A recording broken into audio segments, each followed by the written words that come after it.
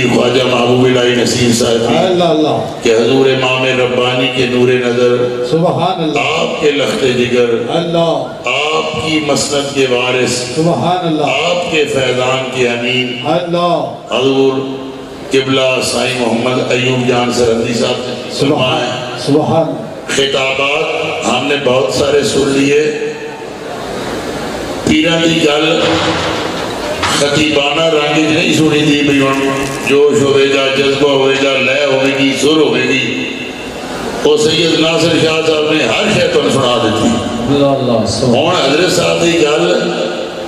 اس نیت نال سننی کہ فیضان مجددیہ جدے اسی امین وہ حضرت صاحب دی زبانی ساڑھے کو پہنچے گا، اسی اس کو اپنے دلہ اپنی روحاں اتاراں گے۔